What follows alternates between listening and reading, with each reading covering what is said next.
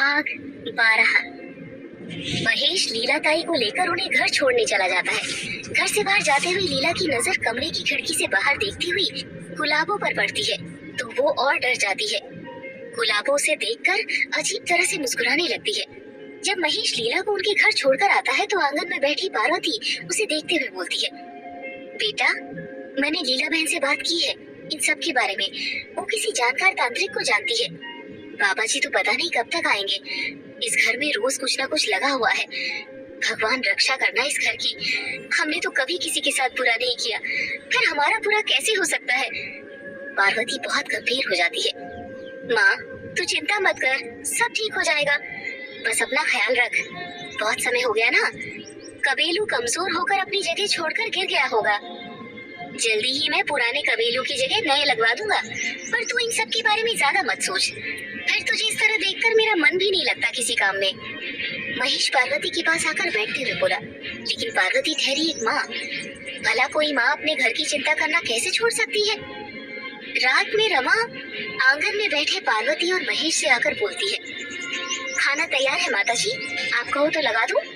मुन्नी बिट्टू, जाओ हाथ मुंह धो लो, दादी के साथ तुम भी खा लो। आप ही बैठ जाइए, मैं परोस देती हूँ। या खाना ही लगा दे, भूख भी लगाई। मुन्नी और बिट्टू, जाओ हाथ धोकर आ जाओ। महेश, तू भी हाथ मुंह धो ले बेटा।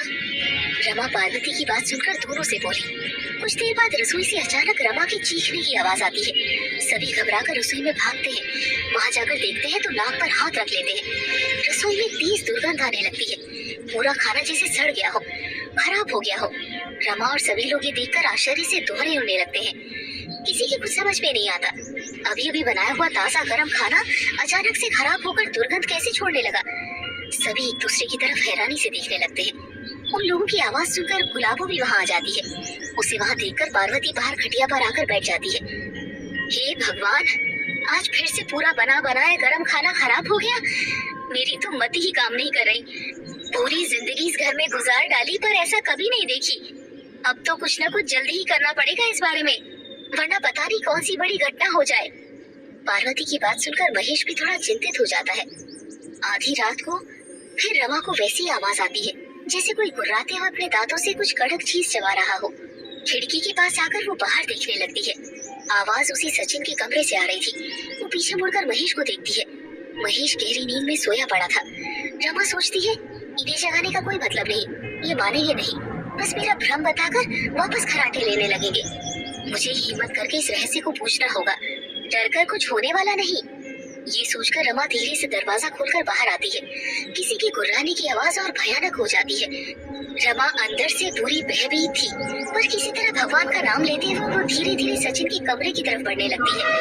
रात के ठंडे माहौल में भी उसका बदन पूरा पसीने से नहाए लगता है। वो आंख बंद कर प्रभु का नाम लेते हुए धीरे धीरे उस कमरे के दरवाजे के पास आकर खड़ी हो जाती है। कान लगाकर अंदर की आवाज सुनने की कोशिश करती है। अब उसे वो आवाजें और साफ सुनाई देने लगती है। करते हुए गुर्राने की आवाज के साथ कोई बुरी तरह चबा चबा कर कोई कड़क चीज खा रहा था। अचानक वो आवाज बंद हो जाती है। अब जैसे कोई पांव जमीन पर जम जम के पटकते हुए पायल की छन छन आवाज कर चलकर उसी और दरवाजे की तरफ आ रहा हो। रमा सचेत होकर फौरन वहां से दूर दीवार की आड़ में आकर खड़ी हो जाती है और छुपकर अंदर तक दहली हुई उसी तरफ देखने लगती है। अचानक सचिन के कमरे का दरवाजा खुलता है। अंधेरे में बाल फैलाए एक अजीबोगरीब कदकाठी का भयानक सा दिखने वाला साया गुर्राते हुए दरवाजे की चौखट पर आकर बाहर उल्लू की तरह इधर उधर कुछ ढूंढने लगता है। दीवार की आड़ में छुपकर ये सब देखने वाली रमा की हालत और भी पतली हो जाती है। उसका पूरा शरीर कपकपाने लगता है, पांव जमीन से उखड़ने लगते हैं, पर किसी तरह हिम्मत रखते हुए वो छुपकर देखती रहती है। अब वो साया आंगन में इधर उधर देखते हुए आगे की ओर और झुके हुए कंधे अजीब ढंग से उचकाकर हाथों को चौड़ा कर घूमने लगता है, जैसे कोई पहलवान चल रहा हो। छुपकर देख रही रमा की नजर जैसे उसके हाथों और पांवों पर पड़ती है तो उसकी खिखी बन जाती है।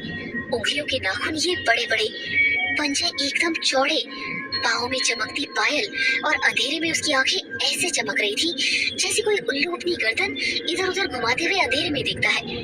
रमा उस भयानक दृश्य को बड़े गौर से आंख फाड़ फाड़ कर देखे जा रही थी। उसका पूरा शरीर जड़ हो गया था। धीरे धीरे वो साया हुंकार भरते हुए तेजी से अपने कंधे और हाथ उचकाते हुए दरवाजा खोलकर बाहर अंधेरे में खो जाता है। रमा की हिम्मत अब भी नहीं होती कि दीवार की आड़ से बाहर आ जाए। तभी जैसे किसी का हाथ पीछे से उसके कंधे पर आता है। रमा बुरी तरह डर कर चीख पड़ती है। अरे क्या हुआ? इतनी रात में तू यहाँ छिपकर क्या देख रही थी? और इतना डरी हुई क्यों है? देख, तेरा पूरा शरीर पसीने से नहाया हुआ है। क्या हुआ? कुछ बताएगी मुझे भी?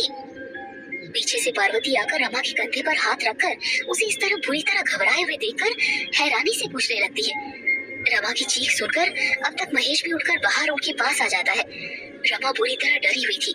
उसकी तो आवाज ही हलक में अटक कर रह गई थी। सर से लेके पांव तक बुरी तरह धूजते हुए वो महेश को देखकर उसे लिपट जाती है, रोने लगती है।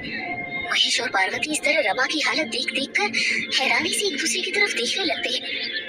महेश माँ पार्वती से पूछता है, क्या हुआ माँ? आप लोग इस तरह आधी रात में बाहर क्या कर रहे हैं? और ये रमा इतनी डरी हुई क्यों है? मुझे क्या पता बेटा, मैं तो गुसल खाने जाने के लिए उठी थी। देखा तो ये दीवार के पीछे छिपी हुई बुरी तरह से डरी घबराई हुई खड़ी थी। मेरे हाथ कंधे पर रखने से और डर गई, चीखने लगी। मुझे तो कुछ समझ नहीं आ रहा, इतनी रात गई ये बाहर क्या देख रही थी छिपकर?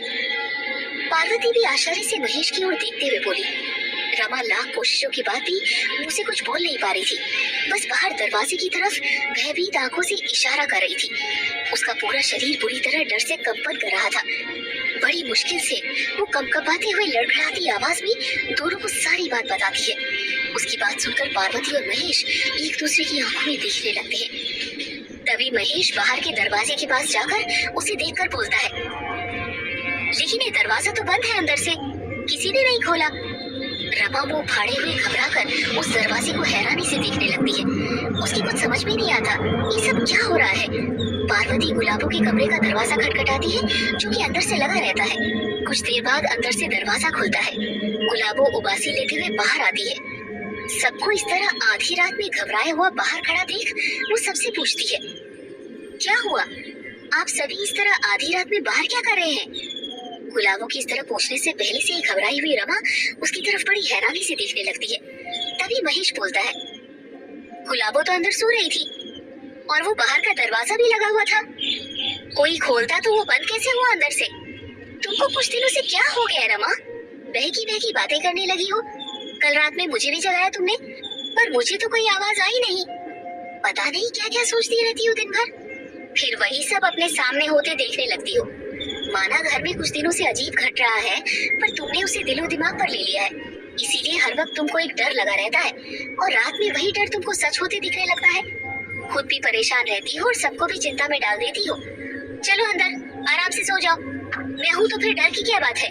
माँ आप भी जाइए, सो जाइए, इस बारे में सुबह बात करेंगे। महेश रमा को अंदर ले जाते हुए पार्वती से बोलता है, पर पार्वती रमा की बातों को हल्के में नहीं लेती। रमा द्वारा बताई बातें उसके जहन में घूमने लगती है। उस समय तो वो कुछ नहीं बोलती, पर उसका माथा अब ठनक चुका था।